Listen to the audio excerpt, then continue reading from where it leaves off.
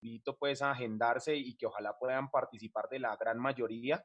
Retomamos actividades el domingo 10 de mayo con estas tres conferencias bastante interesantes y pues cada día vamos a tener entre dos y tres conferencias. Yo voy a estar publicando breve en un momento. Después yo creo que terminemos esta conferencia, ya voy a estar publicando en las redes sociales este cronograma para que todos lo tengan y pues lo pueden consultar en mis redes sociales. Los invito a seguir también las redes sociales de la ACGGP, de la sociedad o de la Universidad Nacional para que tengan acceso pues a este cronograma y también me pueden escribir al correo y con gusto se los envío. Tenemos programación confirmada hasta el 19 de mayo, entonces la cosa está muy interesante. Invitarles a que se suscriban al canal en YouTube que tenemos, Cuarentena con Geociencias. Ya tenemos 3.300 suscriptores. Estamos colgando allí la grabación de las conferencias que hemos venido compartiendo. Entonces, las personas que se han perdido alguna conferencia, pues allí las pueden consultar. Entonces, los invitamos a suscribirse y a ser parte de esto. Y quiero agradecer profundamente a Laura, Jimena, María Fernanda y María Paula y Oscar porque ellos nos han estado ayudando con todo este trabajo de mantener el canal activo y bastante actualizado. Compartirles las conferencias técnicas virtuales que está ofreciendo ACGGP. La próxima semana vamos a tener una conferencia muy interesante con Héctor Alfonso a las 5:30 de la tarde sobre todo lo que quiso saber sobre exploración sísmica y no se atrevió a preguntar. Espero que se puedan conectar y la disfruten porque realmente se ve muy interesante. Y el 21 de mayo vamos a tener un conversatorio sobre el rol de la mujer en la industria del oil and gas, que va a estar moderado por Mayra Vargas, que hace parte de la junta directiva de la asociación, y vamos a tener unas invitadas muy especiales. Y estamos ya trabajando en digamos, todos los preparativos para un curso técnico virtual en Wellbore Stability con Sandra Montoya. Ella es profesional en geomecánica de Ecopetrol con mucha experiencia. Entonces esperamos que este curso sea de mucho interés para todos. Anunciaremos próximamente las fechas, seguramente va a ser para finales de mayo y va a tener una duración de entre 8 a 10 horas. Contarles también que estamos, digamos, cargando en YouTube de ACGGP todos los videos que hemos preparado en el marco de la campaña Ciudad Geológica en Casa. El próximo domingo a las 6 de la tarde vamos a tener un nuevo video sobre volcanes, bastante interesante. Entonces la invitación es para que todos visiten el canal en YouTube de ACGGP, solo teclean así y ya lo encuentran y vean todos estos videos y ojalá les gusten y lo puedan compartir con sus familiares, con sus amigos, con más personas que quieran de pronto adentrarse en estas maravillas de las ciencias de la Tierra. Invitarles a la conferencia de Carolina García el próximo martes 12 de mayo, bastante interesante. Los que conocemos a Carolina, pues sabemos, digamos, lo maravillosa que es en sus presentaciones y pues este tema es realmente bastante interesante, entonces los invitamos a que se conecten. Y recordarles que el próximo año, 2021, el Congreso Colombiano de Geología lo vamos a realizar en Medellín. Carolina García también está a cargo de la organización de este evento con el apoyo de muchos de nosotros. Entonces los invito a agendar estas fechas para que nos veamos ojalá el próximo año en Medellín y compartamos en este que es tal vez el más importante de los eventos de geología que tenemos en nuestro país. Y recordarles que la tercera temporada de Cuarentena con Geociencias ya se está organizando, va a ser por países. La última semana de este mes de mayo vamos a tener a Chile, la primera de junio a México, la segunda de junio a Ecuador, la tercera de junio a Argentina y la última semana de junio va a estar dedicada completamente a patrimonio geológico y paleontológico. Y bueno, finalmente recuerden mantener videos y audio apagado para que la conferencia transcurra lo mejor posible. Recuerden que el chat va a estar habilitado para que ustedes hagan sus preguntas. Yo se las voy a leer a Diego para que las podamos responder. Hacemos este ejercicio de leerlas porque estamos haciendo transmisión también vía Facebook Live. Entonces, esperamos que las personas que nos ven desde allá, a quienes envío un fuerte saludo, pues también puedan escuchar las preguntas que estamos haciendo. ¿Listo? Entonces, nada, muchas gracias a todos por estar acá. Diego, bienvenido. Y muchísimas gracias pues por aceptar esta invitación. Es un placer que podamos escucharte y bueno, la pantalla es toda tuya. Muchas gracias por acompañarnos.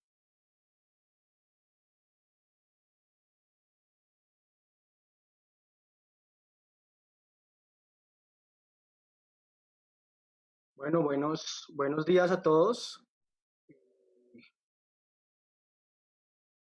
Compartir mi pantalla.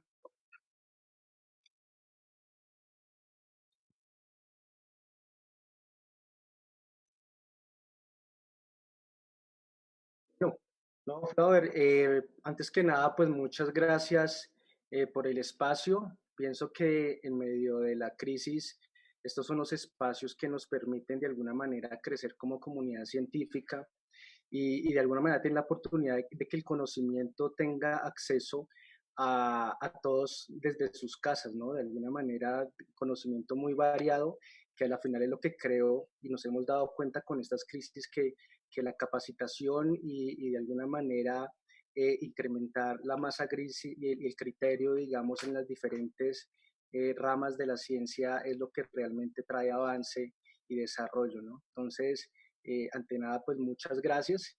Y bueno, solamente confirmar, ¿se está escuchando bien? ¿Están viendo todos? Sí, perfecto. Te vemos y te escuchamos bien. Bueno, entonces, bueno, la presentación ha sido llamada, digamos, Arcos Magmáticos Continentales de Edad Paleoproterozoica en el Cratón Amazónico y sus implicaciones metalogenéticas. De alguna manera quisiera resaltar que, digamos, en la divulgación que hubo de la presentación, digamos, estamos hablando de arcos continentales. Vamos a hacer un viaje por el Paleoproterozoico. Nosotros como geólogos de los Andes, hablar de 2100 a 1880 millones de años, digamos, nos acerca un poco más a lo que fue, a lo que es la configuración, digamos, inicial del planeta Tierra y esos inicios de la tectónica de placas. Entonces, un poco para no prestar la confusión del póster, no estamos hablando de arcos de islas, estamos hablando de arcos continentales, es decir, podemos ver de alguna manera cómo los procesos que hoy en día configuran el lugar donde vivimos, por ejemplo aquí en Colombia, donde mayoritariamente vivimos los colombianos, los Andes colombianos, los Andes de Sudamérica, de alguna manera estos procesos de generación de corteza y procesos de subducción, digamos, formación de arcos continentales, empezaban ya, digamos, sus primeros inicios en el Paleoproterozoico. Entonces, vamos a hacer un recorrido por el crátón amazónico, especialmente en alguna región de estudio en Brasil, y tratar de hacer el homólogo con que no olvidemos que tenemos un crátón amazónico aquí en Colombia. La gran parte del territorio colombiano es la Amazonía y la Amazonía de alguna manera está guardándonos muchos secretos, como veremos, que tiene el crátón amazónico en su historia. Entonces, bueno, iniciando, quiero mostrarles el área, digamos, de localización de este trabajo. Como vemos ahí, esto es la selva amazónica. La selva amazónica, esa gran cobertura vegetal muy importante para el equilibrio del planeta. Y lo que vemos ahí puntualmente, digamos, los campamentos bajo los cuales mucho del trabajo de recopilación de información primaria se realizó. Las condiciones, digamos, de selva amazónica, que son muy cercanas a las condiciones, digamos, que tenemos en países tropicales, especialmente también en Colombia, ¿no? Pero que nos permitió de alguna manera empezar a indagar estas regiones, digamos, que tienen estas coberturas. Aquí vemos los grandes responsables de la deforestación del Amazonas. Lo que ustedes observan acá son haciendas, son lugares de producción de carne en medio del Amazonas, donde como vemos acá lo que es la producción de carne, ¿no es cierto? Y la producción de soya es realmente lo que está de alguna manera ampliando, digamos, el dominio, digamos, de los seres humanos, quitándole cada vez más espacio pues a estas selvas amazónicas, ¿no? ¿Qué trajo como consecuencia esto en estas regiones del Amazonas? Como vemos acá, esto que se observan acá con los afloramientos con los cuales se trabaja en el Amazonas, ¿no? Como sabemos, el Amazonas son casi penillanuras con algunos lugares que veremos con relieves positivos. Básicamente, la base, digamos, de estas reconstrucciones y de trabajos en el Amazonas se realizan con lo que denominamos estos bloques o lo que llaman en Brasil los matacones. Entonces, a partir de estos matacones, de esta información, digamos, geológica, vamos a nivel superficial empezar a reconstruir y empezar a encontrar respuestas a muchas inquietudes que aún tenemos sobre cómo está configurado el cratón amazónico. Se desarrolla el trabajo, como vemos acá, vamos a observar, este es el aquí lo observan, y este es el río Amazonas. Aquí vemos que estaría más o menos Leticia, y en su recorrido el río Amazonas, o llamado el Solimoes, de alguna manera recibe en la ciudad de Manaos, aquí donde tengo el puntero, recibe el encuentro de aguas con el río Negro. Como sabemos, el río Negro nace en Colombia, y el río Negro, con su característica de aguas oscuras, ácidas, orgánicas, de alguna manera y confluye sus aguas en este sector de Manaus. Continúa su trayecto el río Amazonas, y de la parte sur, como grandes afluentes, tenemos dos. Tenemos el río Tapajós, que lo observamos acá, y tenemos el río Xingu. Entonces tenemos dos grandes, de alguna manera, drenajes que le llegan y desembocan sus aguas al río Amazonas. Aquí observamos el área de estudio en la mitad del estado de Pará, donde vemos que la frontera de civilización ya está, digamos, de alguna manera llegando. Todo lo que ustedes observan aquí en color más claro corresponde a todo ese avance, digamos, de la civilización. De alguna manera va entrando hacia el Amazonas. Y si hacemos un zoom en el área de abajo, vemos que tenemos una carretera principal. Esta carretera es la BR-163. Esta carretera BR-163 tiene poblados que son, digamos, los más importantes, digamos, en este sector. Y estos tres poblados, los Bisoños, Nuevo Progreso y Moray de Almeida, de una manera están atravesando la selva amazónica. Entonces, lo que ustedes observan aquí como espinas de pescado, que de alguna manera empiezan a salir de estas carreteras, digamos, corresponden a Diego, eso, ¿sí? Diego, perdóname, es que te escuchamos lejos en alguna ocasión. ¿Será que puedes poner un poco más cerca el micrófono o acercarte al micrófono? Ahí me escuchan mejor. Ahí está bien, sí, ahí está bien. Listo, perfecto. Gracias. Entonces, lo que observamos y cómo digamos, este avance, digamos, de estas haciendas ganaderas, de alguna manera va entrando a la selva y, digamos, permitió de alguna manera empezar a realizar exploración y toma de datos primarios a lo largo, digamos, de esta geología en Brasil. Entonces, como vemos aquí, la localización, estamos en todo el ombligo, digamos, de la selva amazónica. Y aquí, digamos, algunas, digamos, características de trabajo, digamos, de estas vías, de alguna manera comunican las haciendas con las carreteras principales y la selva amazónica de alguna manera siendo despejada.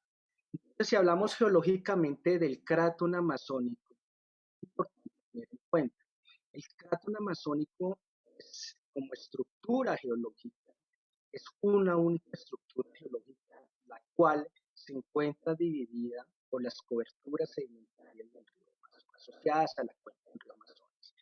Como observamos, tenemos gran parte del territorio colombiano, digamos, con presencia del crátón amazónico, y como veremos en algún momento, el crátón amazónico hay que hacerlo estudiado y verlo como una unidad, que de alguna manera, a pesar de estar dividido por estas coberturas, vamos a ver una continuidad y es una sola masa, digamos, de roca, como podemos ver un escudo, ¿no es cierto?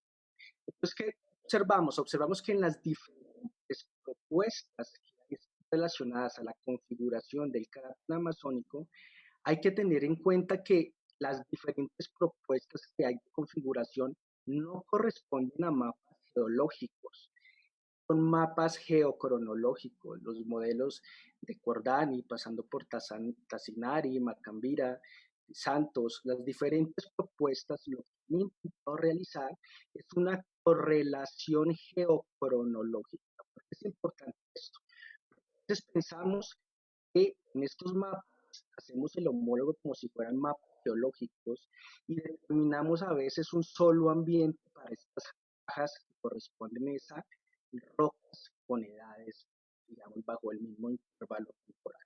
Entonces, como observamos aquí en Colombia, observen cómo tenemos acá lo que se conoce como la provincia de Río Negro Yuruena, según Cordani, y vemos cómo esta provincia bajo de estas coberturas sedimentarias, digamos, asociadas a la cuenca del Amazonas, y en la sur vuelve a aparecer. No significa que tengamos el mismo ambiente geológico y el mismo origen para estas rocas. Significa es que tenemos una edades, digamos, a nivel geocronológico correlacionables, pero podemos tener diferentes ambientes geológicos a lo largo de estas provincias. Es importante esa aclaración porque muchas veces pensamos que si es un mapa geológico, de una manera con un solo ambiente podemos definir toda la geología. Entonces, en general, ¿qué tenemos? Tenemos una configuración donde un amazónico no todo el cratón está metamorfizado. Es otra de las aclaraciones que, digamos, quisiera hacer de entrada. El cráton amazónico, erróneamente a veces en algunas escuelas en los Andes, lo hemos visto como aquella masa rocosa en la cual ya se encuentra, digamos, metamorfizado y de alguna manera ya todos los procesos, digamos, se encuentran, digamos, bajo esas condiciones de metamorfismo, quitándole mucho potencial, digamos, exploratorio, muchos tipos de depósitos. Lo que observamos acá es que la configuración en general varían un poco, depende de la propuesta, los límites de estas provincias. En general tenemos una masa antigua, la masa de como vemos acá, con edades arqueanas, estamos hablando de 2.500 millones de años a 3.000 millones de años. Estamos hablando del arqueano, entonces tenemos un núcleo arqueano y a medida que nos vamos de alguna manera yendo en dirección hacia el occidente, vamos teniendo provincias geocronológicas mucho más jóvenes. Estas provincias a manera de fajas móviles van acrecionándose o se van uniendo a estos núcleos más antiguos. Entonces, lo que observamos en general es que tenemos una masa rocosa de una manera que difiere en edades a lo largo de provincias y que a medida que nos vamos hacia el occidente se van haciendo mucho más jóvenes. Aquí como vemos, donde se encuentra Colombia, digamos asociada a la provincia de Río Negro Yuruena, estamos hablando de edades de hasta 1.450 millones de años, serían las edades más jóvenes, digamos, asociadas al platón. ¿Ok? Teniendo esa configuración y esas aclaraciones, podemos pensar que la provincia mineral de Tapajós, que es el área, digamos, que se conoce, donde es el área de estudio de este proyecto, se localiza, dependiendo, digamos, de la propuesta, puede ser localizado en la provincia Ventuari Tapajós o en la provincia de Tapajós Prima, digamos, según Casinari, Macambira y Santo respectivamente. Pues como vemos acá, dependiendo de la propuesta que tengamos, geocronológica, tenemos una localización, pero en general estamos hablando de rocas, digamos en este estudio, 1.880 millones de años a 2.100 millones de años, es decir, estamos hablando del proterozoico. Como vemos acá, digamos en la configuración, digamos ya a lo largo de todo el continente, observamos lo que estábamos hablando, esas masas arcanas asociadas a Cayas, vemos aquí la provincia Ventuari Tapajós, que es la provincia geocronológica donde se localiza el área de estudio, esta sería el área de estudio. Vemos acá la provincia de Río Negro Yuruena, que es la que tiene, tiene una correlación con las rocas que están presentes al suroriente de Colombia. Y vemos la faja de edades que vamos a trabajar. Entonces, obviamente, el límite no paleoproterozoico son los 2.500 millones de años. Y el paleoproterozoico, donde se ubicaría, digamos, el estudio, el presente estudio, estaríamos ubicados a 1.880 millones de años a 2.1 gigahercios. Estamos hablando de esta parte de aquí. Como vemos en el tiempo geológico, estamos hablando de tiempos bastante antiguos.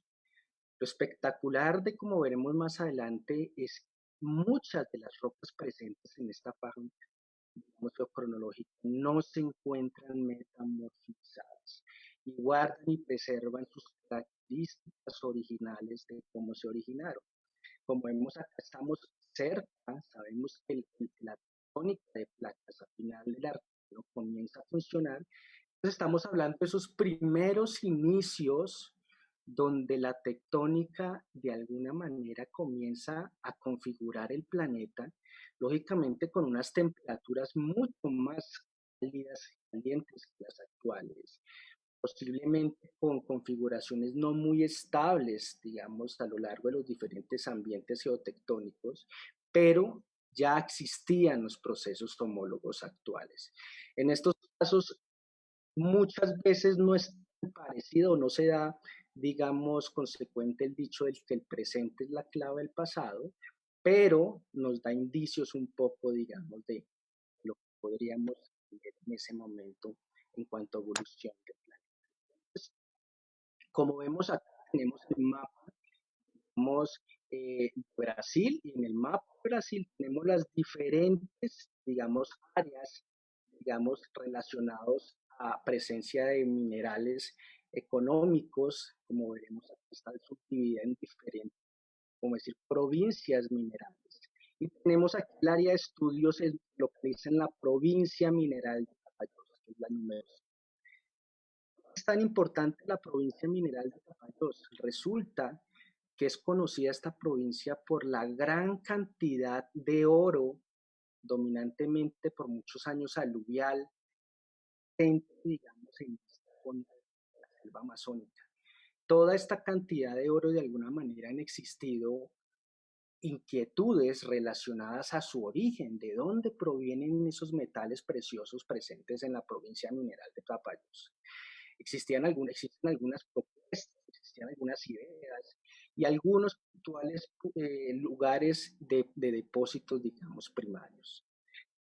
Aquí como manera de referencia, lo que tenemos aquí en el número, que va a ser muy importante en nuestra conferencia, es la provincia mineral, que es conocida, digamos, como una de las provincias. Diego, ¿Sí? perdóname, es que te perdimos ahí un momento cuando empezaste a hablar del 4. Se te baja mucho la voz. Ok, ok, aquí mejor ya. Sí, sí, sí. Entonces tenemos la provincia número 4, que estamos hablando de Caracas, muy conocida, digamos, por la gran viabilidad de producción de metales, tanto de base como metales preciosos. Entonces, como vemos aquí en la configuración, estaríamos el área de estudio localizado en la provincia, digamos, Ventuari y Clima, la cual estaría, digamos, en límite con lo que se conoce con la provincia Amazonía Central.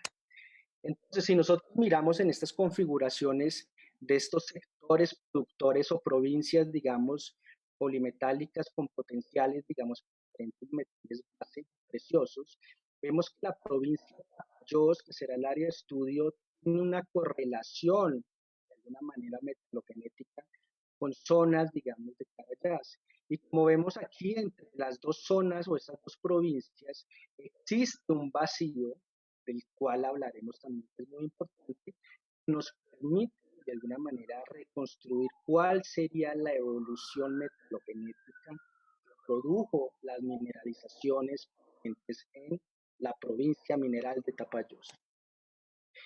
Es importante tener en cuenta, aquí tenemos el mapa geológico, aquí vemos lo que es el cratón amazónico, y todo lo que ustedes observan aquí en colores rojizos corresponden a rocas intrusivas, rocas ígneas, las cuales han sido de alguna manera propuestas por el Servicio Geológico Brasilero, donde todas estas rocas, digamos, volcánicas y rocas intrusivas, han sido relacionadas con un evento gigantescas, donde todas estas litologías fueron agrupadas bajo un evento asociado con el magmatismo guatumano.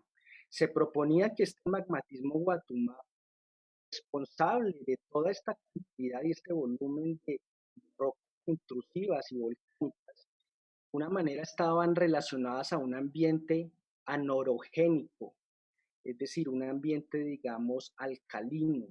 Entonces miraremos en esta presentación cómo esta agrupación del magmatismo Guatumá a escalas gigantescas, al entrar en detalle en la provincia, digamos, de Tapajós, que pertenece, digamos, o tiene rocas de este magmatismo Guatumá, nos dimos cuenta que al estudiar en detalle no era posible agrupar todas esas rocas bajo un mismo evento magmático.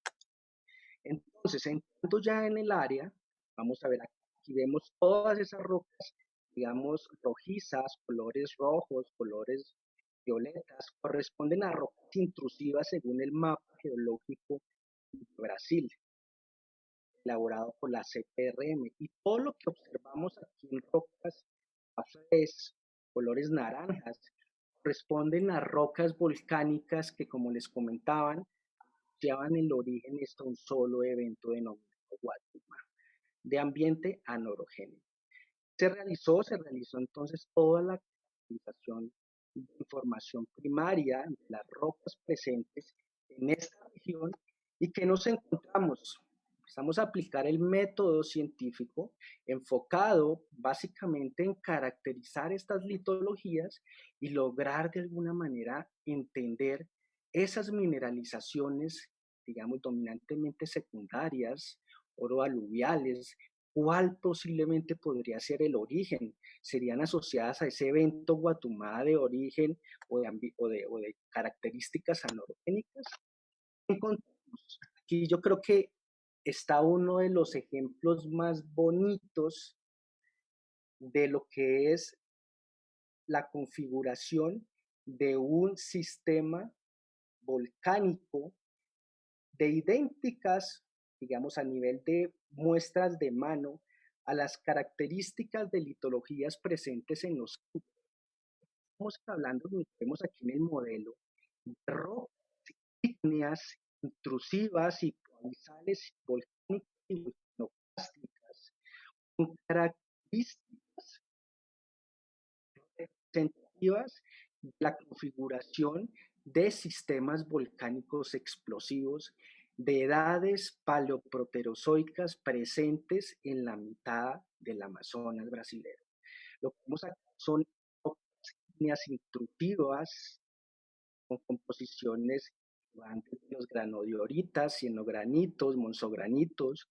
Vemos aquí fluidos de composiciones andesíticas, de composiciones riolíticas relacionados a fluidos de ambientes hipoabiales. Observamos aquí rocas volcánicas de composiciones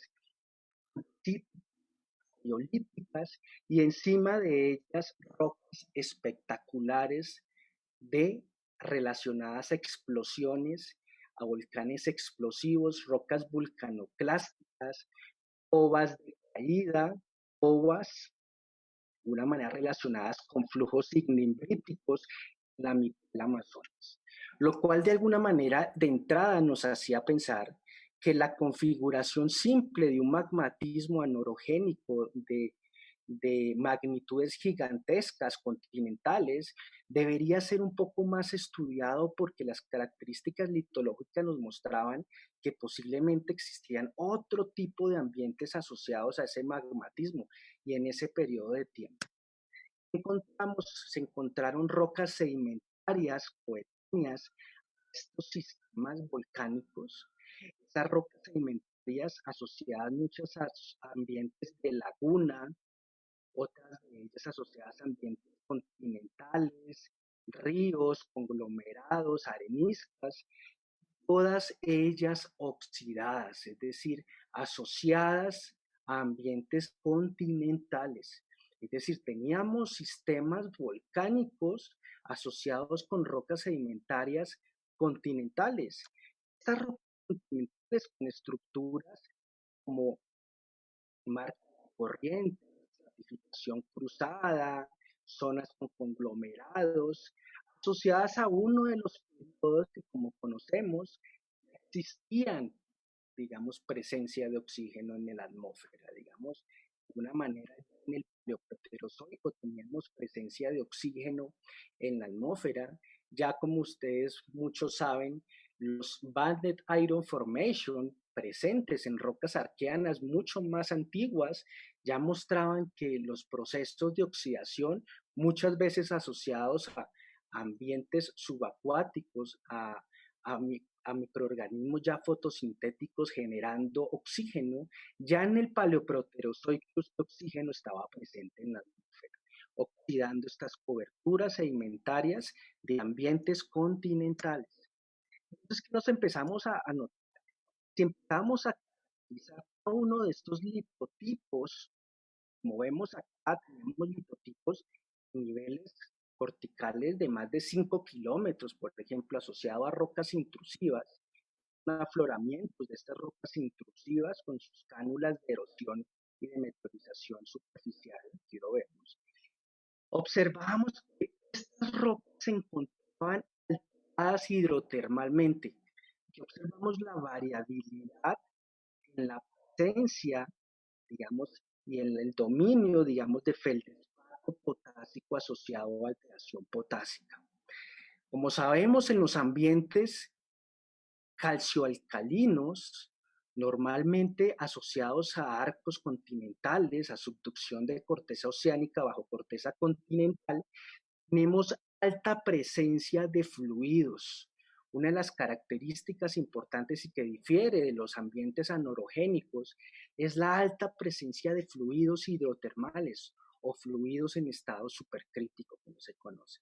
Y como observamos acá, la presencia de alteración potásica, estamos acostumbrados a la alteración potásica en ambientes andinos actuales, vemos que normalmente es muy rosada. En el cráton amazónico, la alteración potásica, como veremos más adelante, es muy roja. Encontramos que está asociada a esta coloración roja pequeñas inclusiones de hematita dentro del feldespato potásico hidrotermal.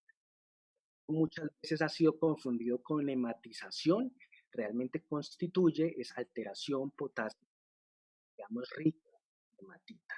Entonces, vamos a ver que a nivel topográfico, digamos, si nosotros asociamos en los modelos, digamos, por ejemplo, los de sílito, donde tenemos esas cámaras magmáticas profundas, y estas composiciones graníticas, observamos presencia de alteración potásica, por ejemplo, a manera de citas, por ejemplo, de biotipo secundaria.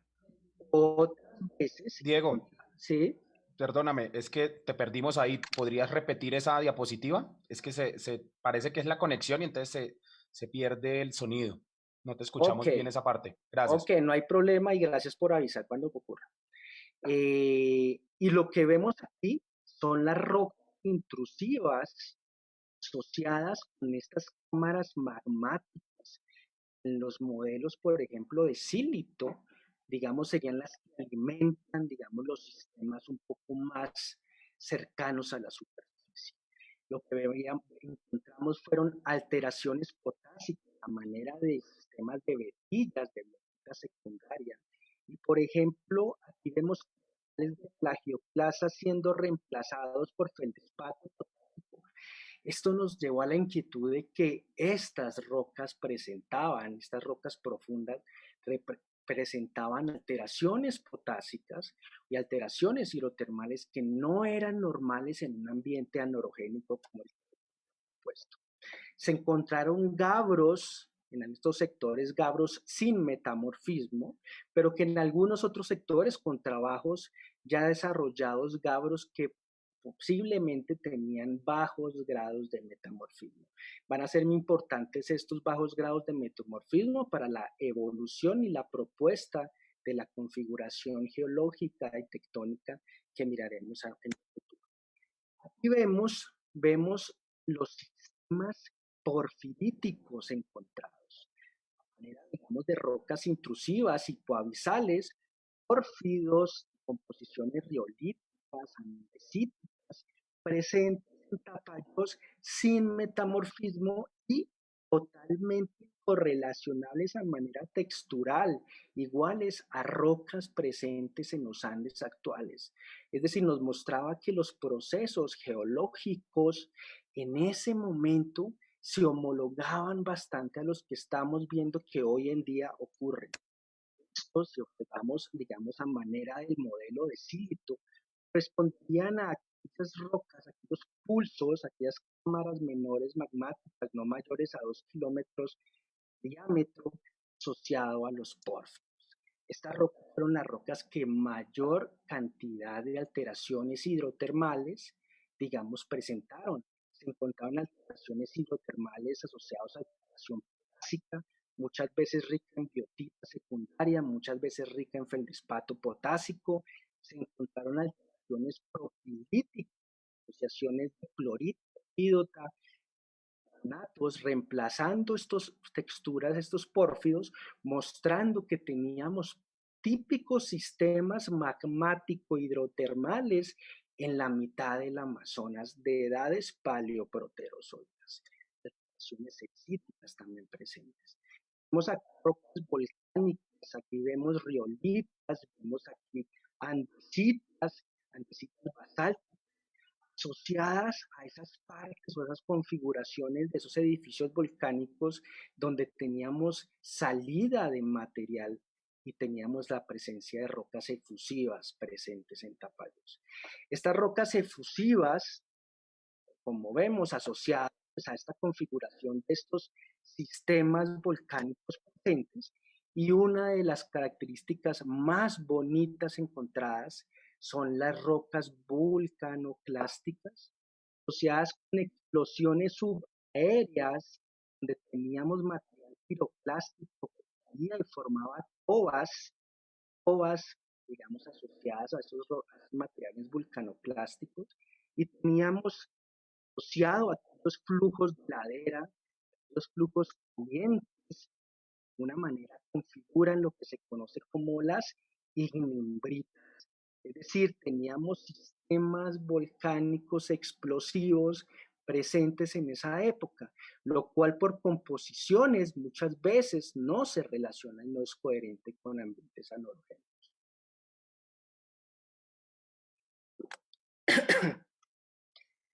Vemos aquí en las secciones del gas, perdón, vemos en las secciones del gas los flujos cilíndricos, digamos, presentes en estos materiales,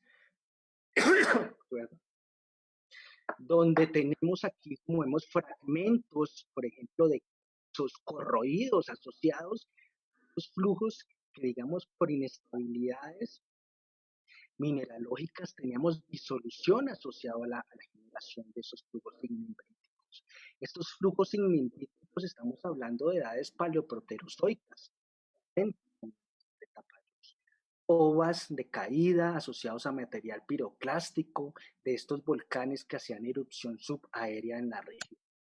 Entonces nos llevó a que de alguna manera teníamos o existía la necesidad de las agrupaciones que existían por el servicio geológico, donde existían agrupaciones como la Suite Intrusiva Creporizón y Paraguarí, asociadas según el servicio geológico a ambientes anorogénicos, o toda esa cantidad de sistemas de rocas porfilíticas, rocas volcánicas, estaban asociadas a un solo grupo, digamos, geológico denominado grupo Iriri.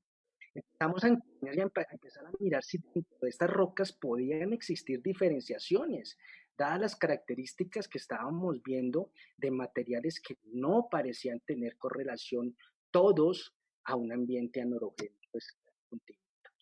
¿Qué encontramos? Empezamos a ver que estos materiales mostraban a nivel de geoquímica una serie de alcalinas asociadas más bien a ambientes de subducción continental, de subducción de corteza oceánica bajo corteza continental.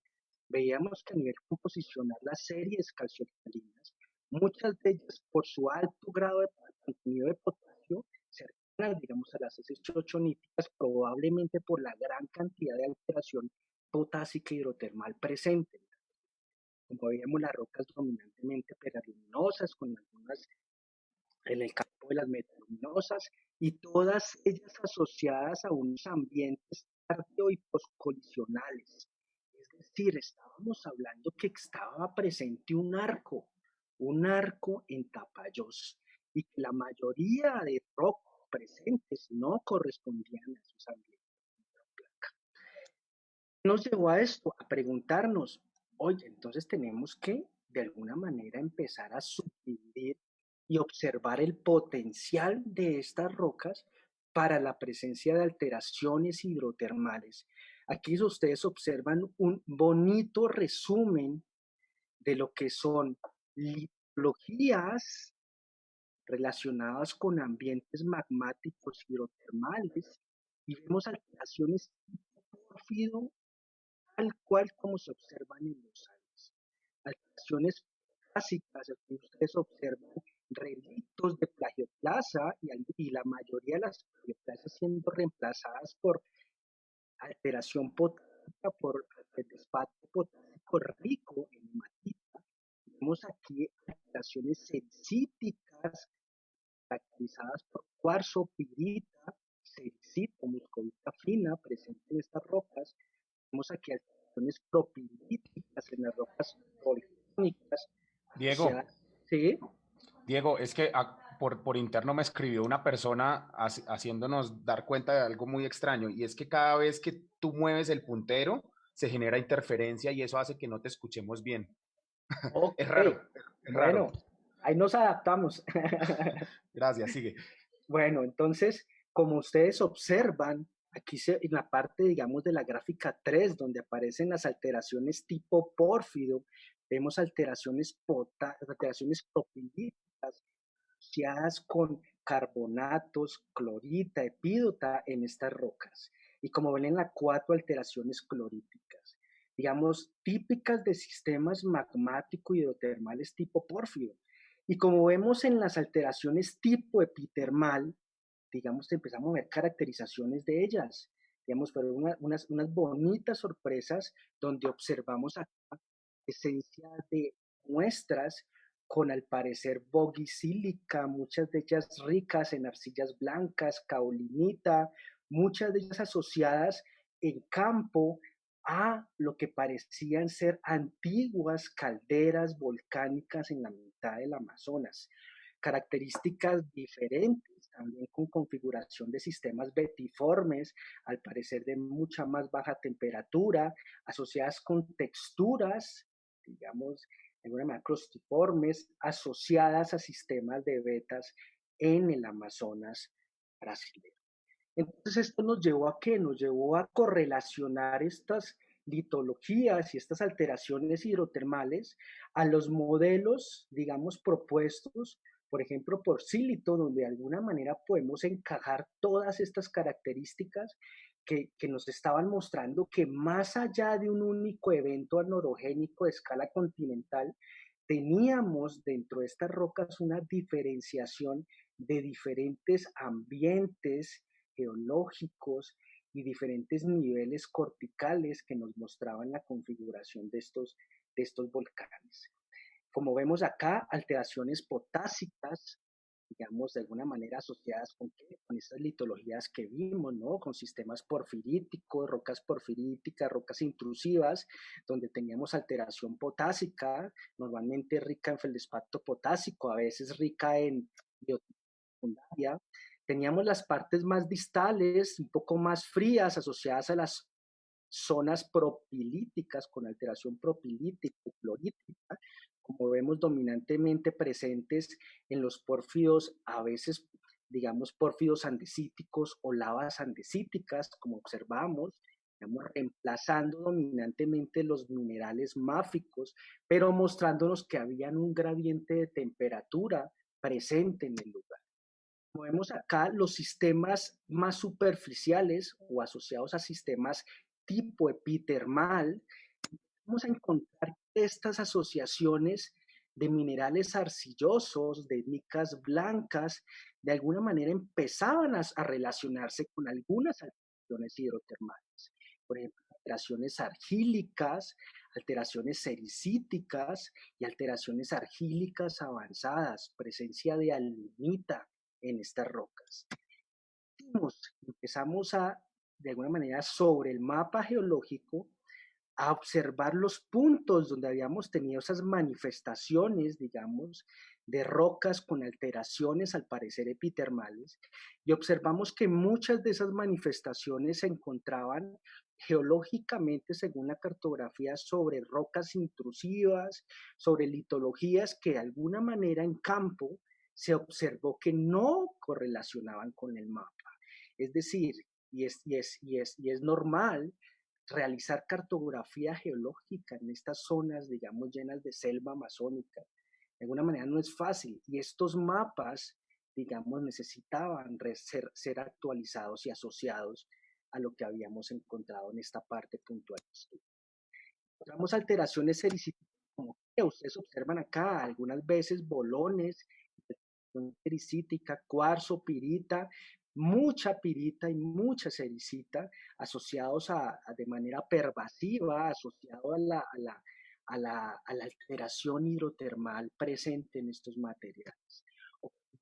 En las zonas donde normalmente se asocia, según los modelos, la alteración argílica avanzada, que se asocia a sistemas epitermales de alta sulfuración, y muchos de estos lugares asociados a posibles calderas presentes en estas configuraciones. Eso es una imagen donde de alguna manera se observan vestigios, formas de algunas calderas en la zona del Amazonas. Y hay muchas de estas calderas asociadas con rocas epitermalmente alteradas, como vamos acá. Por ejemplo, esto es un ejemplo, digamos, de una zona ya deforestada en la Amazonía brasilera, donde observamos a manera de relieves positivos zonas altamente silicificadas, cargadas de gran cantidad de minerales arcillosos y con presencia de, al parecer, minerales como la lunita. Empezamos a caracterizar estos materiales a partir de difracción de rayos X para tratar de alguna manera, concentrar pares minerales, identificar si los fluidos responsables de estas alteraciones y estos minerales arcillosos correspondían a fluidos magmáticos hidrotermales, porque cabía la posibilidad de que fueran materiales generados por meteorización superficial. Entonces, realizando la separación de pares minerales y realizando la caracterización de esos concentrados, se prosiguió a realizar análisis de isótopos estables que veremos más adelante. Aquí vemos una imagen de microscopio electrónico de barrido de una de esas muestras y observen aquí una alunita con sus características morfológicas, láminas placoides, en rocas paleoproterozoicas alteradas hidrotermalmente. Como sabemos, la lunita es un indicador de de pHs bajos y de alguna manera de condiciones ácidas donde tenemos la presencia de este sulfato asociado a ambientes epitermales. Digamos, es una de las imágenes más bonitas, digamos, encontradas de alunita paleoproterozoica en rocas presentes en Tapayón. Como observamos según este modelo, a medida que el fluido de alguna manera se va haciendo más distal, empezamos a tener algunas zonas de alteración asociadas a mezclas de aguas magmáticas y con aguas meteóricas. En estas configuraciones encontramos materiales un poco más betiformes, en stoneworks de cuarzos lechosos, muchas veces de ellos asociados también a zonas que en la Amazonia se observan como sistemas de vetas asociadas a zonas estructurales, de brechas, y en estos minerales los asociamos con lo que eran manifestaciones de baja e intermedia sulfuración. Entonces, siguiendo con la caracterización de estos minerales, aquí vemos algunas muestras, ustedes observan abajo rocas, materiales silicificados, esa sílice color gris llena de sulfuros finos, donde vemos stoneworks de cuarzo tipo de alguna manera en algunas vetillas, digamos, de cuarzo, cuarzo con pirita, cuarzo con sulfuros, en algunos puntos enargita, minerales de enargita diseminados en las muestras, y empezamos a separar, digamos, esas pares mineralógicos asociados al mismo evento para caracterizar sus fuentes. ¿Y qué observamos? Observamos que estos materiales se alejaban de la línea meteórica, digamos, al hacer la reconstrucción del fluido que originó estos minerales o estas asociaciones, encontramos que estaban más bien correlacionadas con fluidos magmáticos que presentaban mezclas con aguas meteóricas y que de alguna manera mostraban ese componente magmático hidrotermal en las rocas presentes en Tapajós. Como muchas veces saben, la asociación mineral de alteración argílica avanzada normalmente excluye ambientes diferentes a ambientes de arcos continentales. ¿Ok?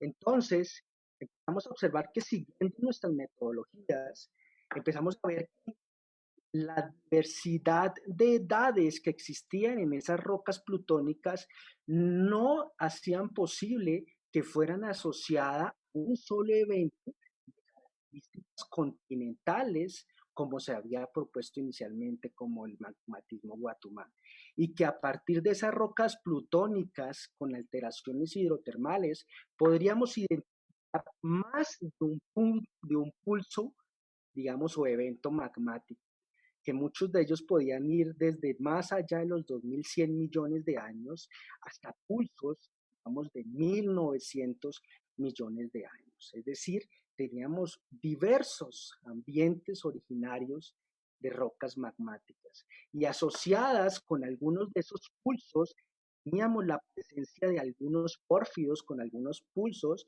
de algunas rocas volcánicas o de grupos de rocas volcánicas con algunos de estos pulsos y de rocas volcanoclásticas. Es decir, nos estábamos encontrando con que aparte de material, digamos, anorogénico propuesto, teníamos rocas originadas en otro ambiente totalmente distinto asociado a una zona de subducción. Como observamos, empezamos a observar que si hacíamos la reconstrucción de las edades modelo de estos materiales, muchos de estos materiales tenían edades modelo cercanas al límite arqueano, es decir, la corteza continental sobre la cual se configuró todos estos sistemas volcánicos, este continente era un continente de características o de materiales cercanos al arqueano o en el límite con el arqueano.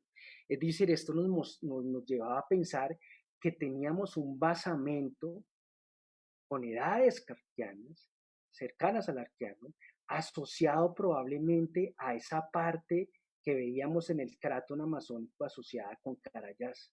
Es decir, para el material continental sobre el que se emplazaron estas rocas volcánicas tenía una señal de que teníamos un basamento con edades cercanas al arqueano. Que observamos que en la gran mayoría de materiales se observa una gran evolución o contaminación de corteza continental. Es decir, estos materiales habían tenido que de alguna manera asimilar características isotópicas a lo largo de su ascenso, digamos, hacia superficie. Entonces, ¿qué nos lleva a pensar esto? Primero, si nosotros miramos este periodo del Paleoproterozoico, vemos que está asociado con eventos, digamos, de alta producción de corteza en el planeta.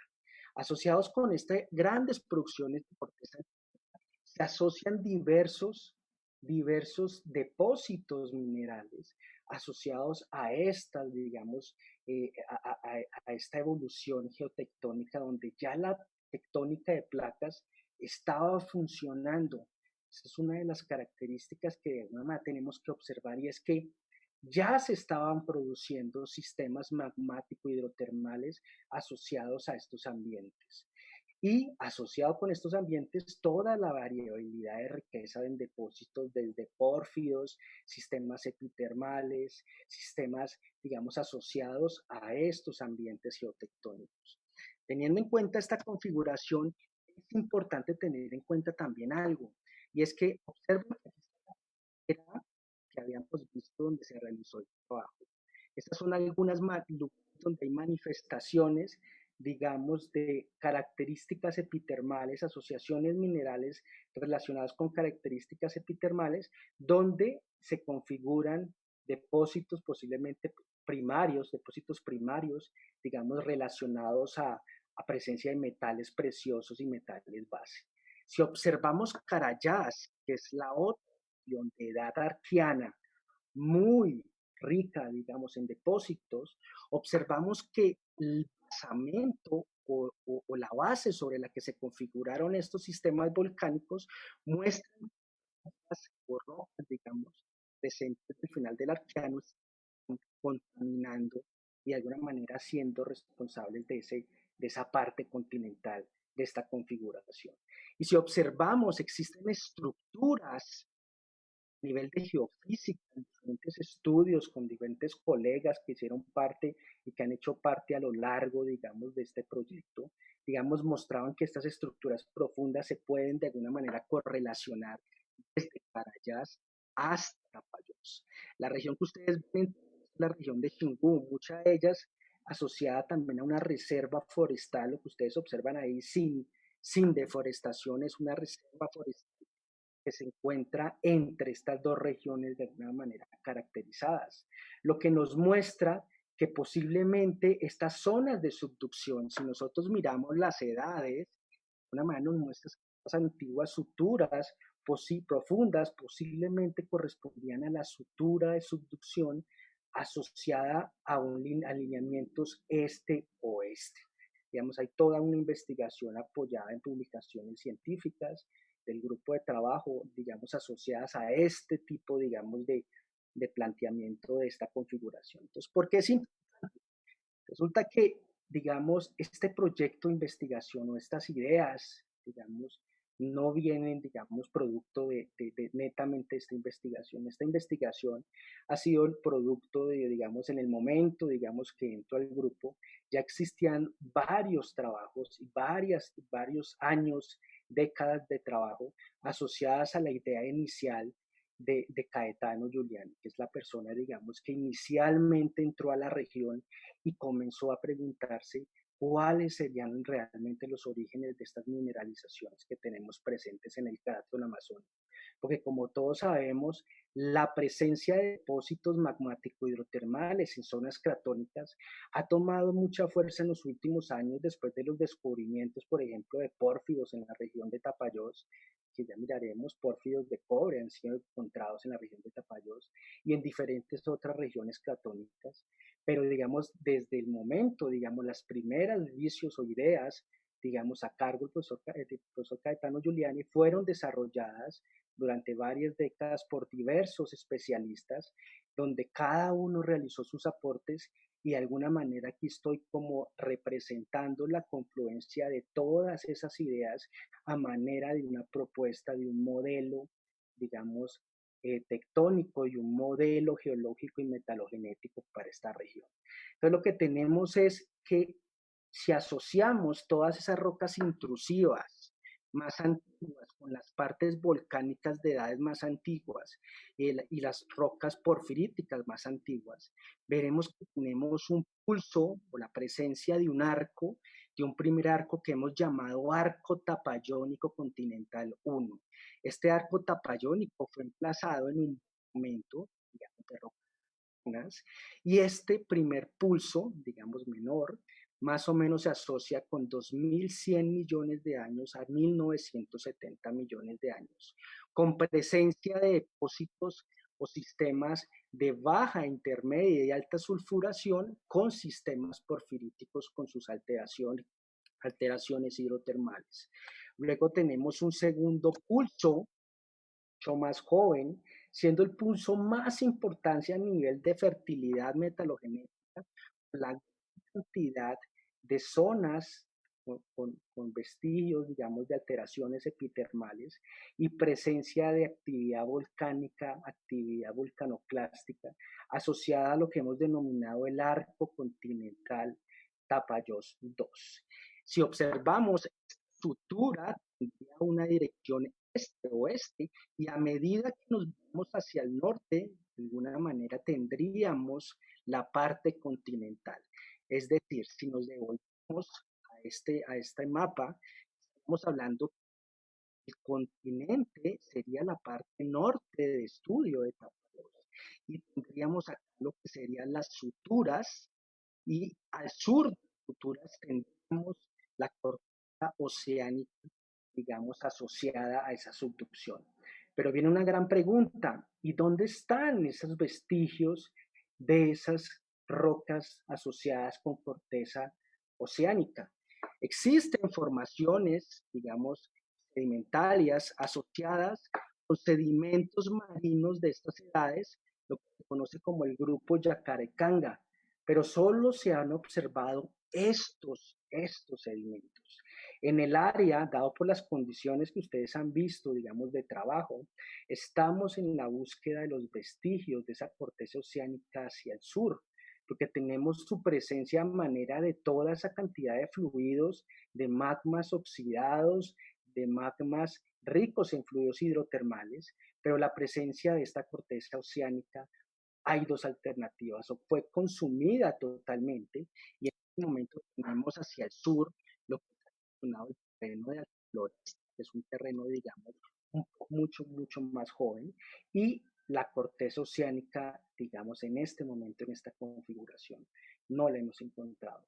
Y como hablábamos al principio, rocas metamórficas asociadas a las fajas que normalmente se forman a lo largo de estas zonas de subducción, digamos, no las hemos encontrado. Pero sabemos, y sabemos que hay una literatura asociada con artículos, por ejemplo, y propuestas del profesor Ramos, donde podemos tener, dependiendo de la configuración, zonas de subducción donde no hay presencia de estas fajas metamórficas, pero igual es una de las inquietudes que hay para esta región.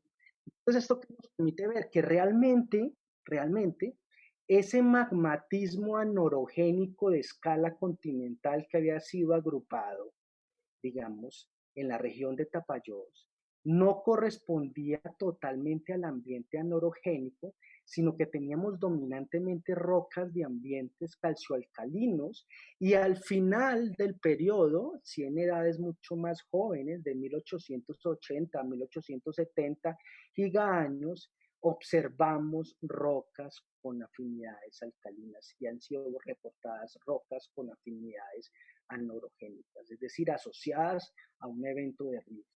Tenemos que ser conscientes que estamos hablando de muchos millones de años, es decir, nosotros podemos configurar un sistema, un arco relativamente muy rápido asociado con las edades que estamos estudiando. Estamos estudiando desde 1880 a 2100 millones de años.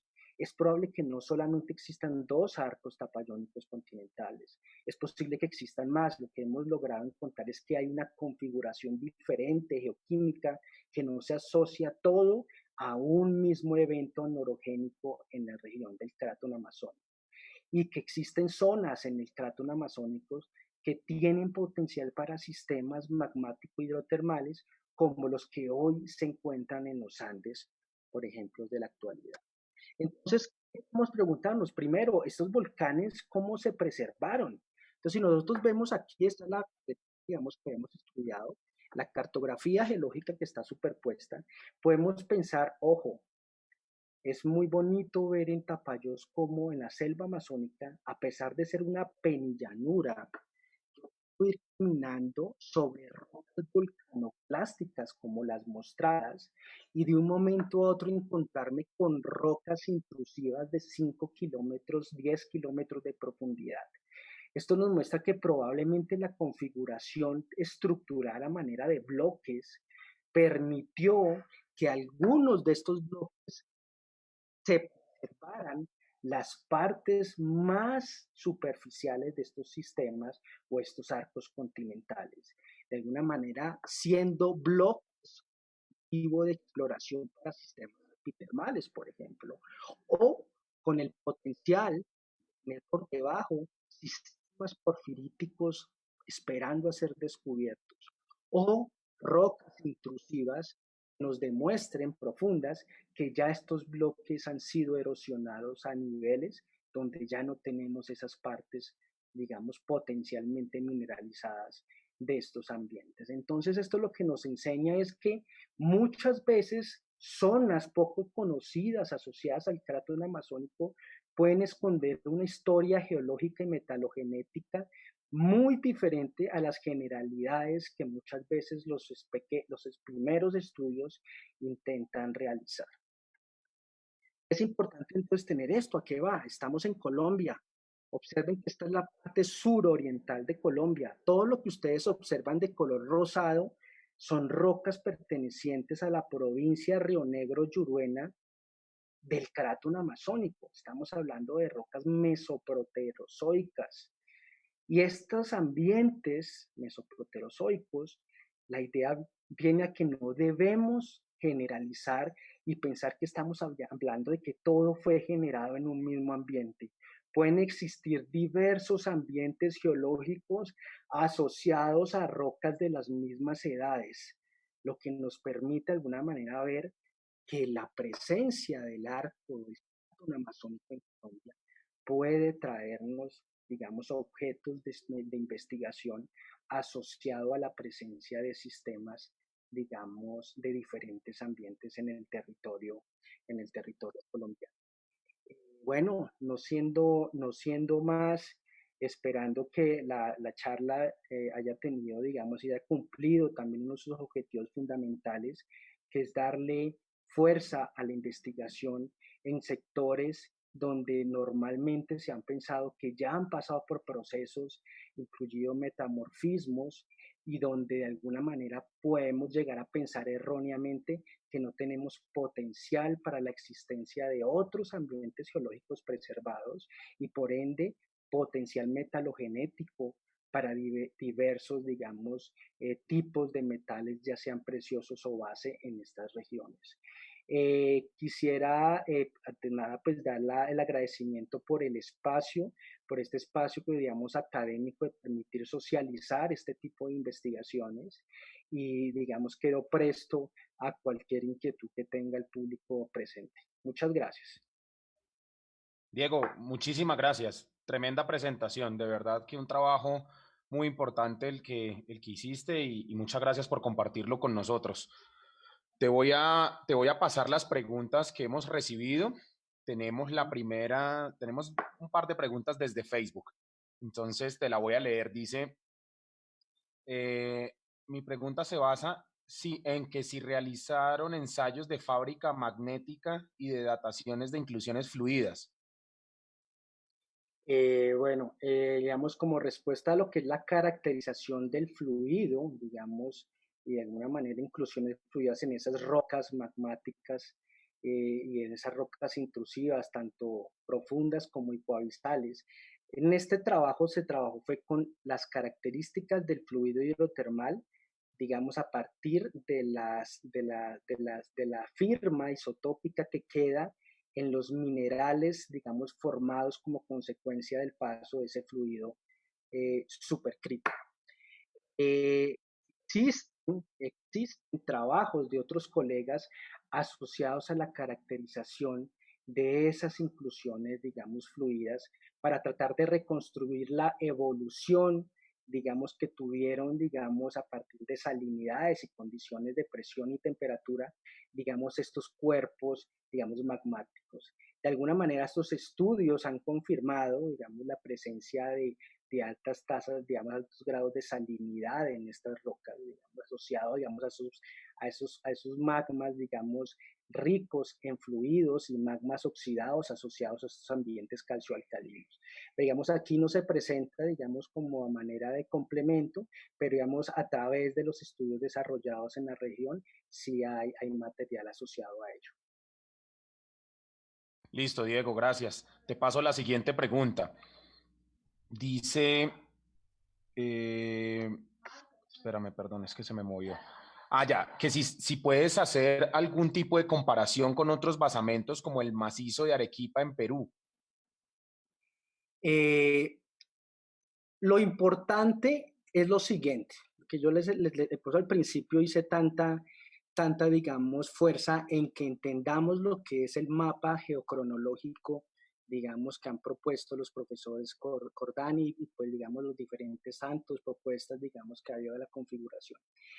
Nosotros tenemos entendido que a medida que nos vamos hacia el occidente, el cráton amazónico se hace mucho más joven, digamos, de alguna manera resumiendo. Y nos hemos dado cuenta, por ejemplo, que en estas regiones, digamos, de los Andes, los países andinos que tienen parte, digamos, de esas provincias más jóvenes, esas provincias geocronológicas no las podemos agrupar bajo un mismo ambiente.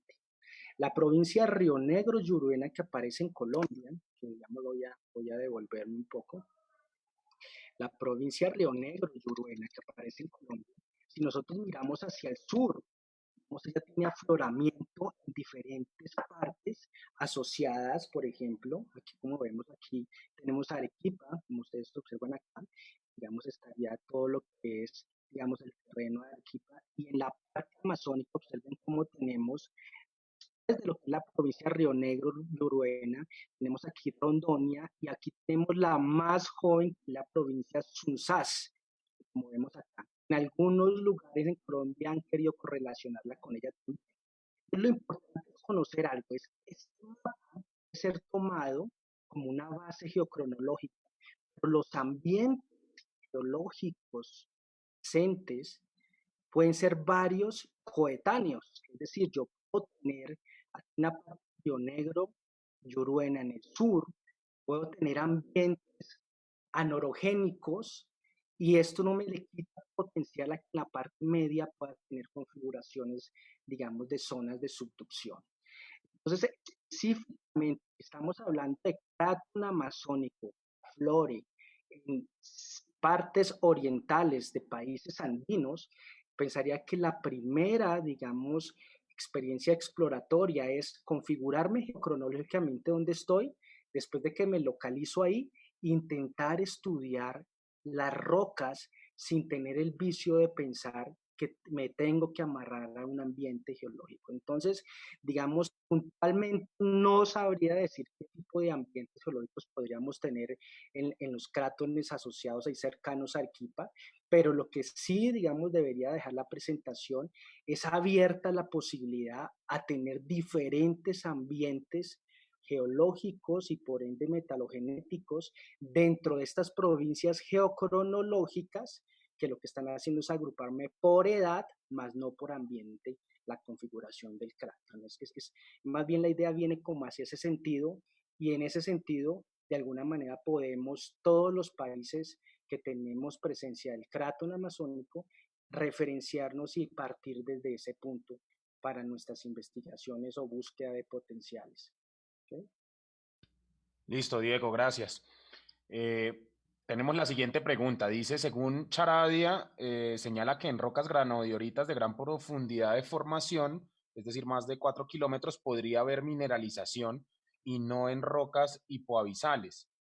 ¿Cuál es su opinión, según Sí, su sí, investigación? sí, digamos, pues, como ustedes observaron, digamos, las rocas graníticas presentes en Tapajós, digamos, muchas de ellas tienen alteración potásica. Es más, es muy conocida, por eso la región como mares de granitos, sino que nos dimos cuenta que en esos mares de granitos había más de un evento de generación. Pero, digamos, lógicamente, digamos, dentro de esta cámara magmática, digamos, alimentando estos sistemas piríticos, yo puedo tener asociado ambientes de generación de depósitos de rocas intrusivas. Podemos tener mineralizaciones asociadas a intrusiones o relacionadas asociadas a estos ambientes calciolíticos. Puede tener sistemas, digamos, de brechas o sistemas, digamos, betiformes asociados, digamos, a estas configuraciones que de alguna manera antiguamente se correlacionaban con ambientes mesotermales, ¿no? Entonces, lo que estamos mostrando acá es que las configuraciones hipoabisales o pórfidos y epitermales se encontraron en Tapajós mostrando la presencia de esas partes superficiales todavía preservadas, pero existen hoy en día, depósitos primarios en Tapajós que han encontrado diversas empresas de exploración asociada a la mineralización, no específicamente a los pórfidos, sino a esos, digamos, granodioritas y en algunos casos algunos granitos que poseen mineralización mucho más profunda, asociada a unas temperaturas mucho más altas, pero digamos presentes en estas configuraciones digamos, magmático hidrotermales. Entonces sí existe también un potencial en estas rocas graníticas, en estas rocas intrusivas, y existen hoy en día depósitos primarios asociados a estos mar de granitos que llaman en Tapajós. Listo, Diego. Tú me dices cuando te llamen a lavar platos y hacer almuerzo y paramos ahí las preguntas. Bueno, Pedimos domicilios y algo, pero tratemos de sacarlas todas, no hay problema. te, te- apagaste el micrófono, no te escuchamos. No, Ah, no, perdón, no, fui yo. ok, que no hay problema, pedimos domicilio, cualquier cosa, pero lo importante es que las preguntas se enriquecen y que de alguna manera podamos dar alguna respuesta o un indicio, digamos. Perfecto, no, te agradezco. Mira, la siguiente pregunta dice, ¿siempre el límite entre las diferentes provincias tienen evidencia de algún metamorfismo?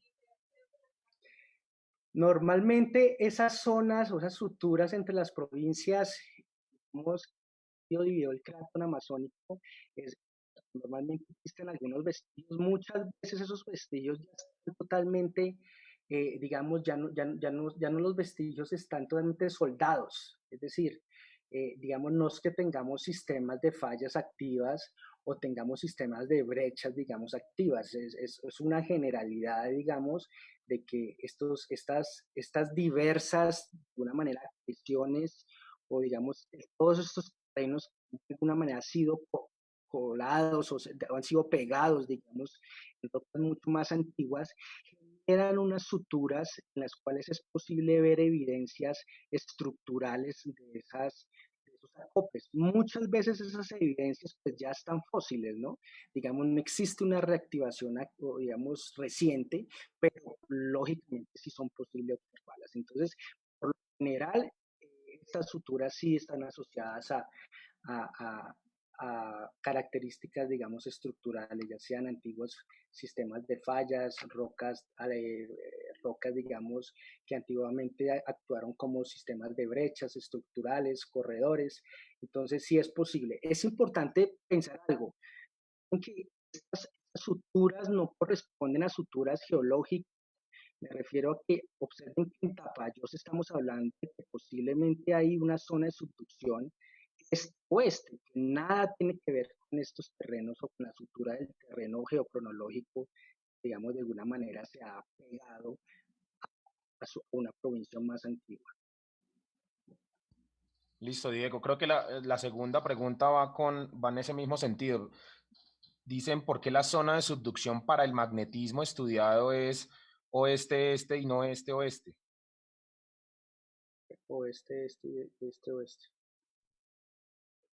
Oeste, o sea, sí estamos hablando de lo que nos han mostrado, digamos, recomiendo la lectura de los trabajos realizados por el profesor Clayton, asociados, digamos, a toda la parte de cómo a partir de información gravimétrica, magnetométrica, se encontraron estructuras, digamos, muy profundas que correlacionan desde el basamento más antiguo hacia el oeste y a lo largo de estas suturas muchas veces se observan que están emplazadas estas zonas, digamos, o estos sistemas magmáticos, de alguna manera se alinean bajo estas estructuras oeste. Entonces, el tema, digamos, de la charla no está enfocado en la profundización, digamos, de estas estructuras, diría que este oeste sería lo mismo que este oeste, ¿no? Entonces, estamos hablando tenemos una configuración de una manera muy diferente a la actual, por eso es importante que